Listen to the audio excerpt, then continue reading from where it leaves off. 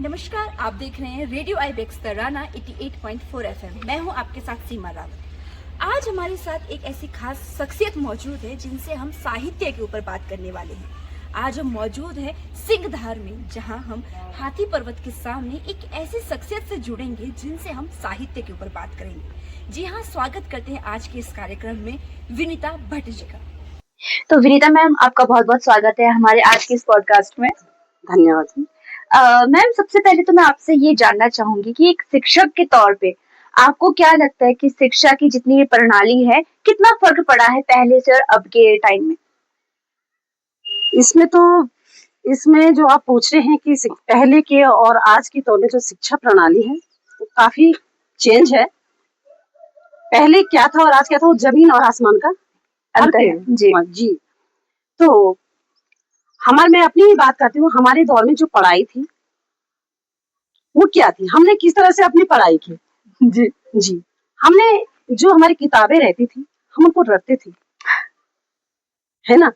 मैंने डीपली जो पढ़ाई होती थी वो।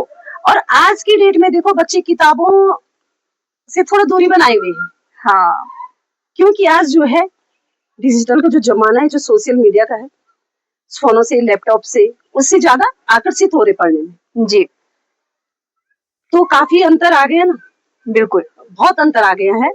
और क्या था कि हमको रटना है, मैंने रटी रटाई भी चीजें जो थी उसी से हम आगे बढ़ते थे। जी लेकिन आज के दौर में बच्चे की जो मानसिक स्थिति है वो पहले समझता है। अगर वो फोन से भी देख रहा, पढ़ाई कर रहा है, जो स्कूलों में भी जो आज व्यवस्था है, तकनीकी व्यवस्था है जो पढ़ाई की, वो बहुत अच्छी है। जी बच्चे एकदम कैच कर देते हैं। जो छोटे बच्चे हैं, जो उनको एक्टिविटी के माध्यम से सिखाया जाता है ना, तो बच्चों का माइंड उतना विकसित हो रहा है। बिल्कुल। छोटे से छोटे बच्चे भी आज देखो, 2-2.5 साल के बच्चे भी अगर उनको प्ले ग्रुप में डाल रहे हैं, तो उस समय की हम तो क्या थे, उसमें बोलना भी क्या है, हमको उतना ज्ञान नहीं है जितना वो बच्चा आगे बढ़ रहा है। बिल्कुल, है ना। तो ये तो बहुत, शिक्षा प्रणाली में तो बहुत अंतर है पहले और आज में तो। जी मैम, ये भी देखने को मिलता है कि पहाड़ों में कहीं ना कहीं हम लोग कहते हैं कि पढ़ाई के मामले में अगर बात की जाए तो ये सामने आता है कि गांव में पढ़ाई शायद शहर के मुकाबले उतने सही से नहीं हो पाते। पहले ये चीजें कही जाती थी, तो आप कैसे देखते हैं इन चीजों को? जी, वो तो है, वो मैं मानती हूँ। शहरों के बच्चे और गांव के बच्चों में काफी अंतर होता है। भले ही हमारे गांव के बच्चों का किताबी नॉलेज बहुत ज्यादा रहता है जी, लेकिन शहर के बच्चे क्या रहते हैं, ज्यादा एक्टिव रहते हैं। उनकी जो बोलने की वो रहती है, तकनीकी रहती है, जो बोलने का तरीका उनका रहता है।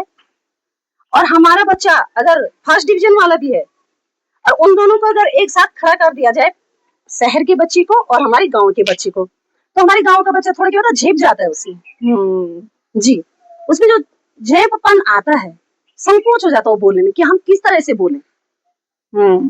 क्योंकि शहर का बच्चा तो एक्टिव है बोलने में। अगर उसे कुछ जी के पूछा जाए तो कुछ नहीं आएगा, एक सवाल देने में उसको हल करना नहीं आएगा। लेकिन जो बोलने का उसका तरीका रहता है ना, तो ऐसा लगता है कि वो बहुत इंटेलिजेंट है। और हमारा गांव का बच्चा जो है वो बहुत अच्छा है पढ़ने में, मैथ्स अच्छी है, साइंस अच्छी है, हिंदी अच्छी है, लेकिन वो बोलने में संकोच करता है। तो इस माध्यम से लोग देखते हैं कि क्या गांव के बच्चे कुछ नहीं है, क्योंकि उनके अंदर ये जो शक्ति है, जो ये कहना चाहती हूँ मैं, जो विल पावर रहती है ना उनके अंदर, वो उतना निखर करके बाहर नहीं आता है। वो संकोच के माध्यम से। और शहर के बच्चे खुले रहते हैं। गांव में थोड़ा, एक हमने देखा है कि गांव में, हम भी गांव से बिलोंग करते हैं जी, तो जब हमारे साथ भी आते थे शहर से, जब भाई बहन आते थे, तो हमको लगता था कि हमको कुछ नहीं आता है, क्योंकि हमको एक तो घर में बार बार डांटा जाता था। बिल्कुल। हाँ, कि ज्यादा नहीं बोलना है, वहां पे ऐसा नहीं करना है, वहां पे ऐसा नहीं करना। तो बच्चे क्या रहते थे, एक सीमित दायरे में रहते थे, जिससे बच्चे के मन में क्या होता है, संकोच उत्पन्न हो जाता है ना। लेकिन आज तो फोन के माध्यम से बच्चे बहुत एक्टिव हो गए हैं, चाहे वो गांव के हो चाहे वो शहर के हो। आज तो शहर और गांव का मुकाबला बराबर का है।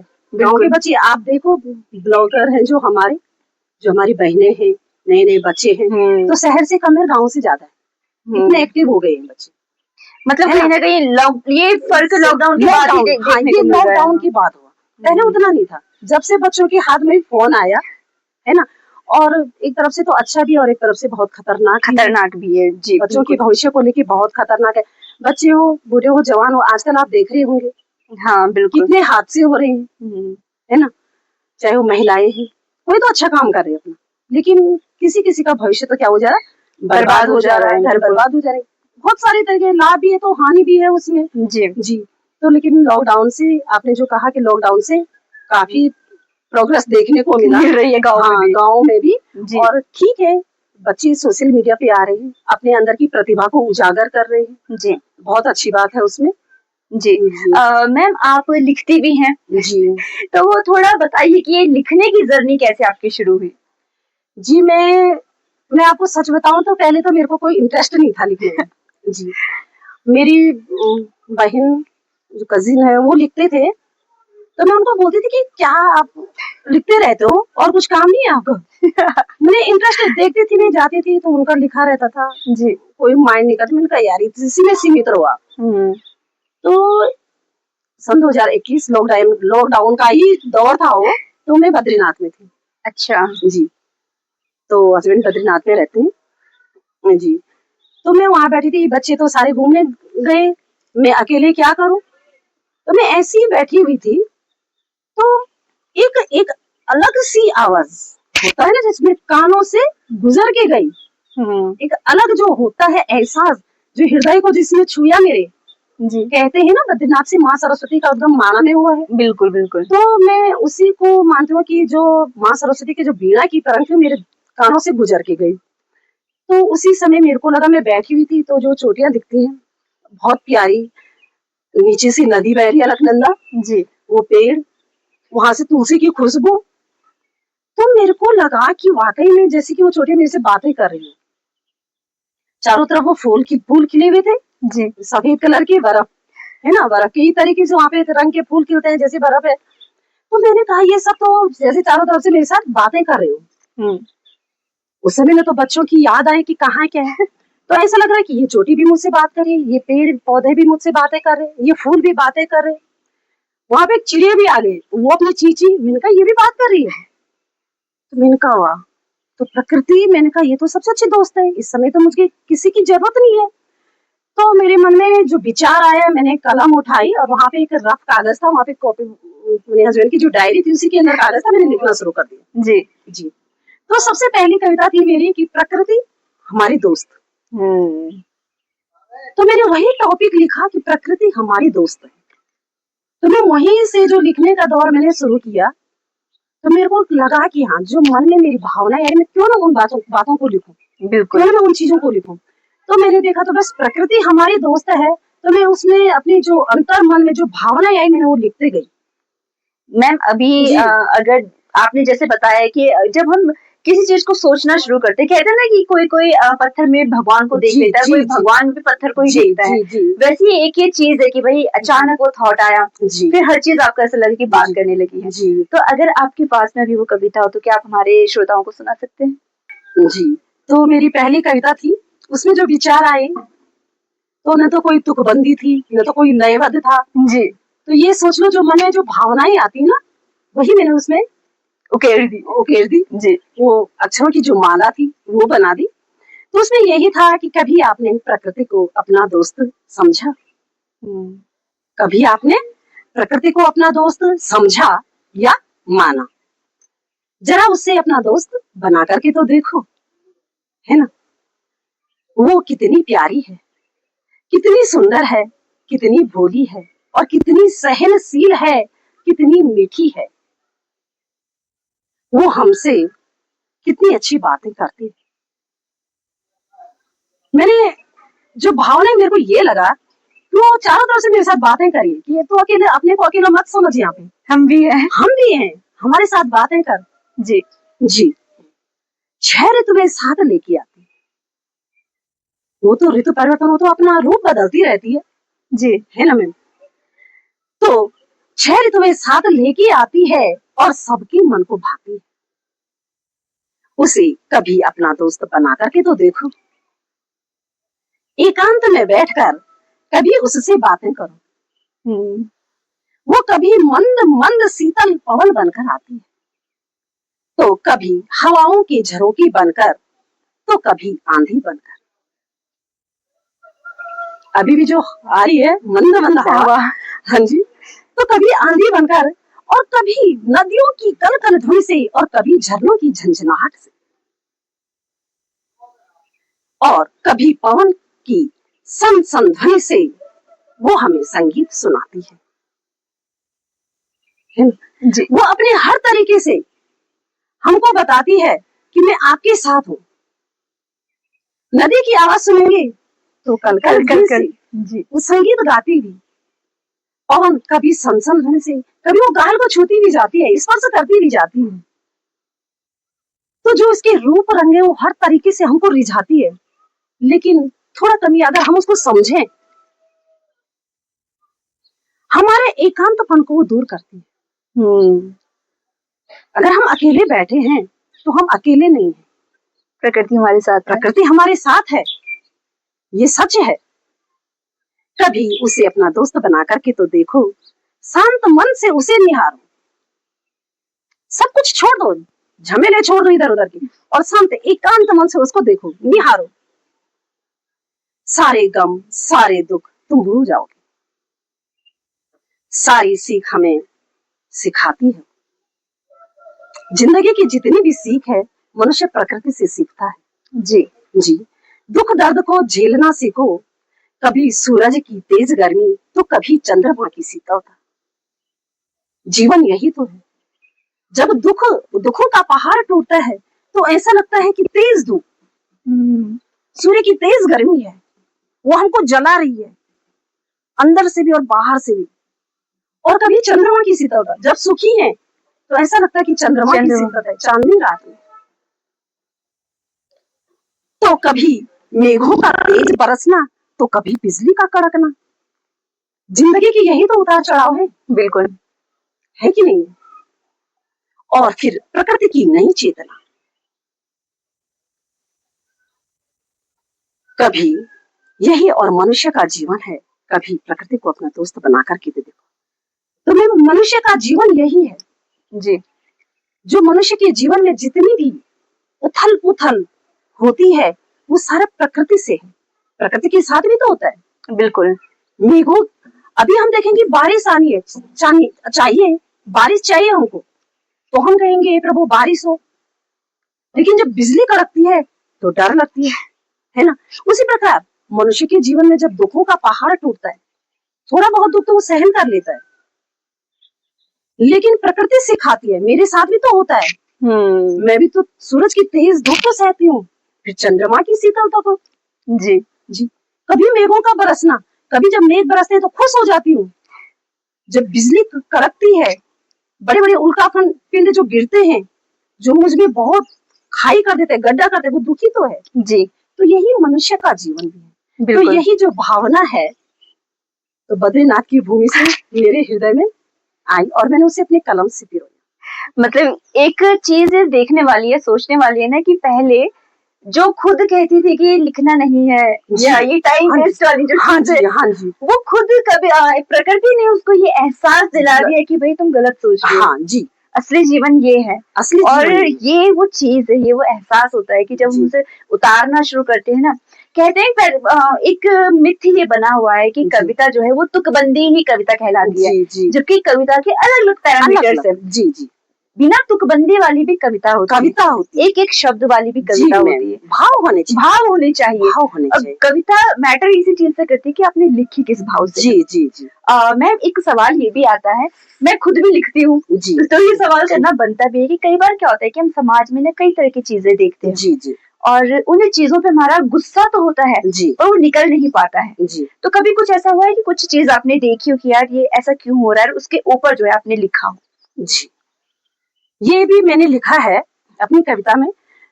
कभी कभी ये होता है कि हम बोल नहीं पाते जो आपने बोला है जी, लेकिन हमारी कलम बोल लेती है। बिल्कुल, जो कलम की जो धार है उसको कोई नहीं रोक पाता। और एक कवि है जो जहां न पहुंचे रवि वहां पहुंचे कवि। जी, एक कवि का हृदय ये है कि वो तो कहाँ कहाँ भी पहुंच जाता है, समुद्र की गहराई से लेकर और अंतरिक्ष तक। भले वो एक जगह पे बैठा हुआ, लेकिन उसकी कलम कहाँ के कहाँ पहुंच जाती है। जी। तो जी मैम, मैंने लिखा है समाज में बहुत सारी जो कुरीतियां हैं, जो भ्रष्टाचार है, जो हमारी छोटी बच्चियों के साथ जो दुराचार होता है, जी। इन पे मैंने लिखा है, अपनी कलम से मैंने लिखा है उस पे। और मैंने बहुत सारे जो लघु कथाएं भी इन पे लिखी हैं। अच्छा। जी, लघु कथाएं लिखी हैं, जो छोटे छोटे अपने जो भाव मेरे मन में आए, है ना। जी। विशेषकर मैंने लिखा कि जो हमारे बच्चों के, छोटे बच्चों के साथ, महिलाओं के साथ जो दुर्व्यवहार जी। जो होता है, उसमें भी मैंने अपनी कविता लिखी है। भले एक सामान्य परिवार से होने के नाते हम कहीं भी जा नहीं पाते, बोल नहीं पाते, उस तरीके से नहीं बोल पाते, लेकिन मैंने अपनी कविताओं के माध्यम से उनको लिखा है। जी। जी, अपने भाव उसमें व्यक्त किए हैं। जी। जी।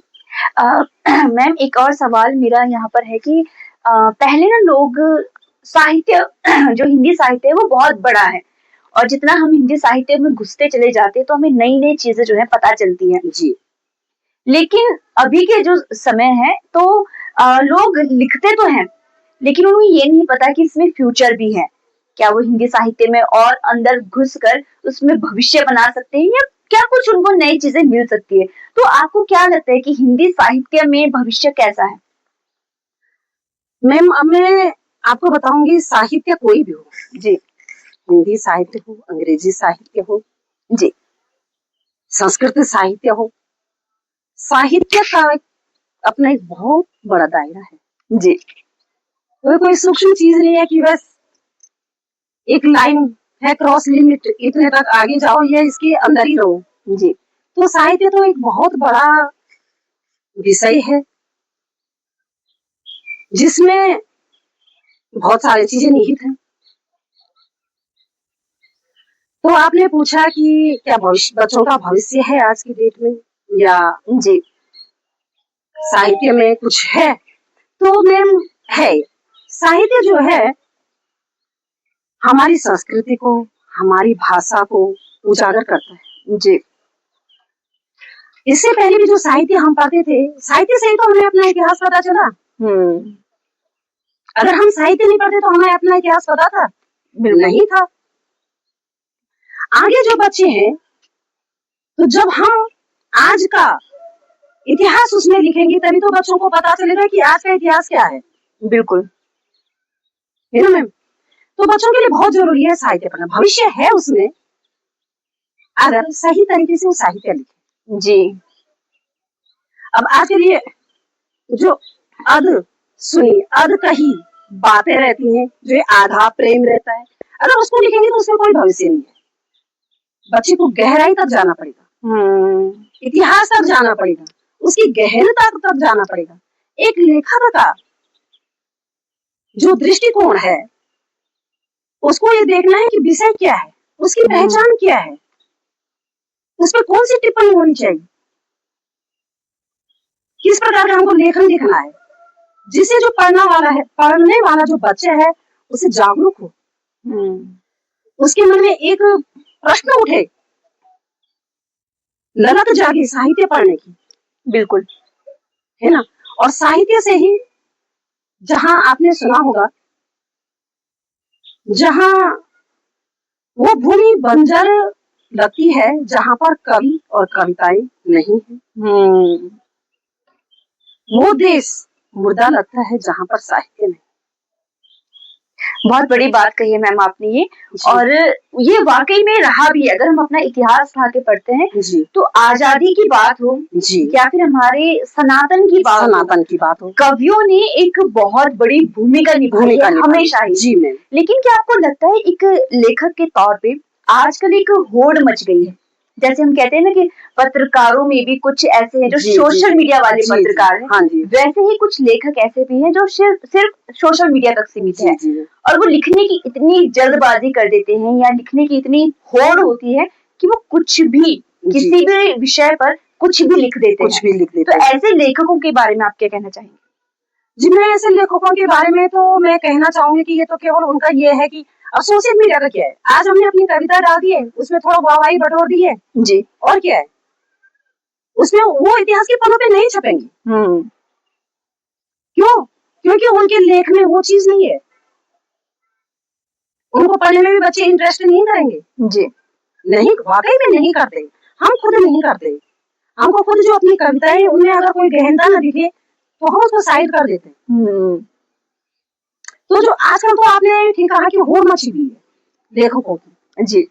फोन खोलो, दुनिया भर के लेखक उसमें है ना, तो ये इसमें तो कोई भविष्य नहीं दिखता है मेरे को। जी। जी, उसमें तो कोई कुछ नहीं है, बस भविष्य वही है कि अपने साहित्य की गहराई ऐसा लिखो जो इतिहास के पन्नों पे आपका नाम भी दर्ज हो। बिल्कुल। जी। और लिखने के साथ साथ अपना जो वर्क है हमारा वो तो करना जरूरी है। जी। लेखन ये है कि केवल अपनी भावनाएं हैं, अपना इतिहास है,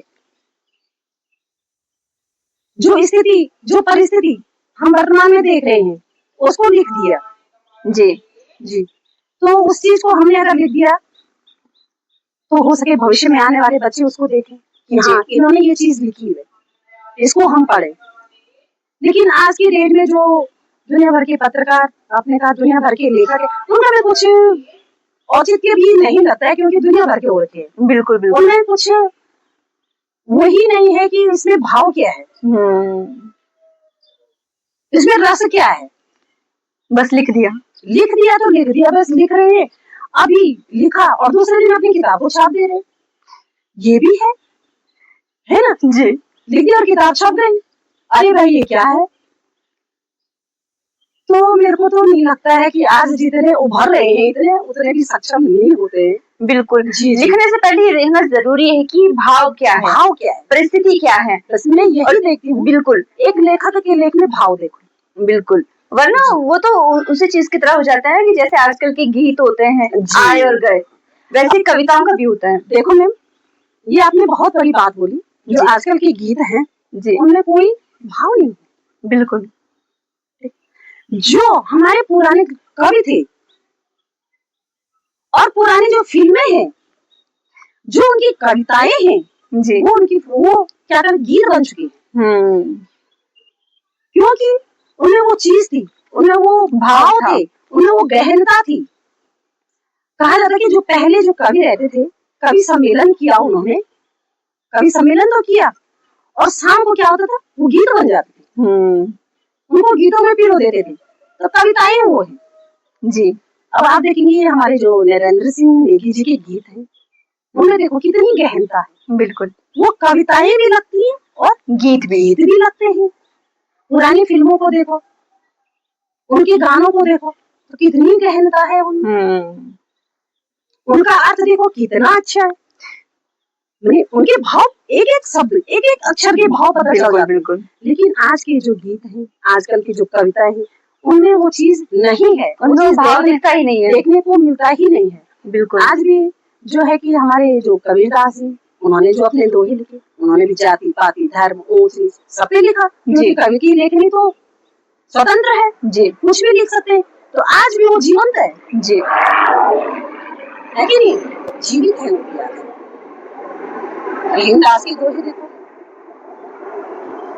प्रेमचंद्र जी का गोदान देखो जी, जो उपन्यास लिखे, तो हर चीज में उनको पढ़ने की ललक रहती है कि इसमें क्या होगा, इसका अर्थ क्या होगा। तो आज के लेखक तो बिल्कुल। मैम बहुत सारी बातें हम लोगों की हुई है और साहित्य के बारे में इतना तो समझ आता है कि जब तक हम पढ़ेंगे नहीं तब तक हम लिख नहीं सकते। बिल्कुल। तो मैम जो श्रोता हमको सुन रहे हैं, जो दर्शक हमको देख रहे हैं और जो युवा पीढ़ी लिखने में इंटरेस्टेड होती है, जो सोचती है कि साहित्य में भविष्य है, ये जिनको थोड़ा बहुत भी शौक होता है लिखने का, उनके लिए आप क्या संदेश देना चाहेंगे? उनके लिए मैं यह संदेश देती हूँ, साहित्य में भविष्य का ये तो अभी जो जीवन शैली है वो तो नहीं चल सकती है जी, उसके लिए हमको अलग से अपना कुछ काम भी करना पड़ेगा अपना जीवन यापन करने के लिए। लेकिन एक शौक है, ये भी साहित्य भी होता है ना, एक अलग अलग रुचि रहती है कि मैं लेखक बनूं, लेखिका बनूं जी, किसी का होता है मैं एक्टर बनूं। हाँ, कोई होता है कि मैं पत्रकार बनूं, अलग अलग जीवन का होता है। तो मैं बच्चों को यही सीख दूंगी कि अगर उनको लेखन में अभिरुचि है तो इस प्रकार का लिखें, मनगढ़ंत बातें नहीं, जी। जो उनकी आत्मा को छूती हो, जो उनकी आत्मा से उभर के आती हो, जो शब्द आते ना अलग एक आत्मा। हमने किसी चीज को बाय द वे मैंने यहाँ पर एक गाय को देखी जी। गौ माता है और वो सड़क में है, कूड़ा खा रही है, घास का जो भी है, उसकी स्थिति क्या है जी। अगर उसके प्रति मेरे मन में कुछ भाव आ गए तो उसमें वो अपने शब्द लिख सकते हैं, अपने भाव लिख सकते हैं,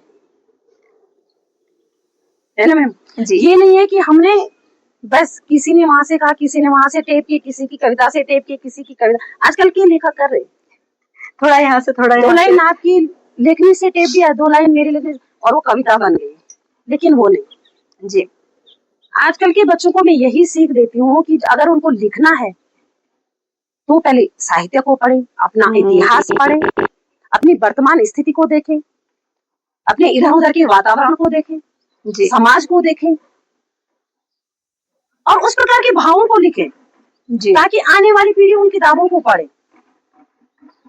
कि आज तक कितना कैसा था और अब इसमें कितना बदलाव हुआ। जी। आज तक का समाज कितना कैसा था, अब कैसा हो गया। इससे पहले महिलाओं की स्थिति क्या थी, आज महिलाओं की स्थिति क्या हो गई है। जी। है ना। अब हमने जो पढ़ा है, महिलाओं की स्थिति क्या थी, घर से बाहर नहीं निकलते थे, उनको पर्दे में रहने दिया जाता था, डेहरी के बाहर वो कदम नहीं रखते थे। लेकिन आज की महिलाओं को देखो कहाँ के कहाँ पहुंच गई। तो ये है लिखने का इतिहास और ये सब हमारी कविताओं से। जी। बहुत तोड़ती पत्थर इलाहाबाद के पथ पर, तो वो भी एक महिला ही तो थी। बिल्कुल। आज की महिलाओं को देखो अंतरिक्ष में है, कहानी है, समुद्र से लेकर अंतरिक्ष से लेकर सेना से लेकर सब जगह महिलाएं हैं। बिल्कुल। तो ये भी हमने अपने इतिहास से देखा। लड़कियां भ्रूण हत्या जो था वो भी हमने अपने इतिहास से देखा कि लड़कियां पैदा होते ही मार दी जाती थी। आज कितना बदलाव हो गया। तो लिखो ऐसा, आज क्या स्थिति है उसको लिखो जी। ताकि जो भविष्य में आगे बढ़े कि हाँ इतिहास ये था, सन 2026 का इतिहास ये था और आज का ये है। जी। जी। तो भविष्य तो यह है कि साहित्य में भविष्य एक अपनी पहचान होती है। जी। भविष्य भी आज जो सोशल मीडिया है काफी निखर के आ गया उसमें साहित्य तो। जी। और पहले जो लिखते थे वो किताबों तक सीमित रहता था, लेकिन आज जो सोशल मीडिया का जो दौर है, यूट्यूब के माध्यम से जो लोग अपना साहित्य इसमें मैंने अपनी कविताओं को बोल रहे हैं, लिख रहे हैं। जी। साहित्य ये फेसबुक के माध्यम से काफी आगे भी पहुंच गए। जी। है ना। और हर चीज अगर कोई ब्लॉगर, मैं तो ये सोचती हूँ कि अगर जैसे ये जो ब्लॉगर हैं अपने गांव की जो संस्कृति बताते हैं वो बताते हैं, वो भी एक साहित्य ही है। भले वो उसके माध्यम से बता रहे कि ऐसा है वैसा, उसमें कोई लय नहीं है, कोई लाइन मैंने वो, लेकिन मैं देख रही कि वो वहाँ का साहित्य बता रहे हो, वहाँ का इतिहास बता रहे हो, बता रहे कि नहीं बता रहे। बिल्कुल। आज लिखने का तरीका थोड़ा कम हो गया, बोलने का तरीका। तो मेरा मन, जो मेरा कवि हृदय बोलता है, तो मैं मानती हूँ कि वो भी एक साहित्य ही है जो अपने गांव का इतिहास बता रहे हैं। ये हमारे यहाँ का मंदिर है, हमारे यहाँ का खान पान है, हमारे यहाँ का पहनावा है, साहित्य ही तो है। जी। है कि नहीं। बिल्कुल। तो मैम आज बहुत सारी बातें हमने की है और सबसे मजेदार जो मेरे लिए चीज है ना वो है कि हाथी पर्वत के सामने बैठकर साहित्य के ऊपर इतनी सारी चर्चा हमने की, बात हमने की। तो सबसे पहले तो मैं आपका धन्यवाद करना चाहूंगी, रेडियो आइबेक्स तराने की तरफ से आपका बहुत बहुत धन्यवाद आज हमें अपना समय देने के लिए और हमारे दर्शकों से इतनी सारी बातचीत करने के लिए। धन्यवाद। और अब मैं आपको लास्ट में आप गीता का एक श्लोक भी सुनाऊंगी जी, जो मैं अपने जीवन में लेती हूँ और हर क्षण जी, हर पल मेरा वही है। जी। तो मैं, क्योंकि मैं गोविंद की भक्त हूँ, श्री कृष्ण को बहुत मानती हूँ जी, और उन्हीं के उपदेशों का मैं अपने जीवन में पालन करती हूँ। मेरी डायरी भी है जी, जिससे मैंने राधा और कृष्ण बनाई हुई है। जी, जी। तो उसमें है श्री कृष्ण भगवान जी कहते हैं जो इंसान का जो कर्म है वही सबसे आगे है। जी कर्मण्येवाधिकारस्ते माँ फलेषु कदाचन माँ कर्म फल हेतुर्भुर माते संगोस्तव कर्मणि। तो यह है, श्री कृष्ण कहते हैं कि कर्म करो। इसको मैं हिंदी में आपको बताऊंगी। जी कर्म तेरे अधिकार हैं केवल, कर्म किए जा तो कर्म किए जा। श्री कृष्ण अर्जुन को जो गीता का उपदेश देते हैं वही हमारे जीवन में भी लागू होता है। कर्म तेरे अधिकार हैं केवल, कर्म किए जा तो कर्म किए जा। फल की इच्छा त्याग के अर्जुन, केवल अपना धर्म किए जा। किस स्थिति में क्या कर्म है तेरा, किस स्थिति में क्या कर्म है तेरा, ज्ञात तो इसका मर्म किए जा। तेरे लिए जो धर्म है निश्चित, निष्ठा से वो कर्म किए जा। तेरे लिए जो धर्म है निश्चित, निष्ठा से वो कर्म किए जा। कर्म तेरे अधिकार है केवल, कर्म किए जा तो कर्म किए जा। तो यही है कि श्री कृष्ण कहते हैं कि आप कर्म करो, फल की इच्छा तो मैं हूँ देने वाला। जी जी तो यही है। मैंने भी जब अपना लिखना शुरू किया तो मैं इसी को मानती हूँ कि भगवान ने कहा कि ये भी कर्म है तेरा, करते जाओ करते जाओ। और देखो माँ शारदे की और माँ भगवती की आशीर्वाद से जो अभी विगत 6-7 महीनों से मैं यहाँ पे ये विद्यालय में मैं अध्ययन कर रही हूँ। और ये मेरे को ये प्लेटफॉर्म मेरे को साहित्य से मिला है।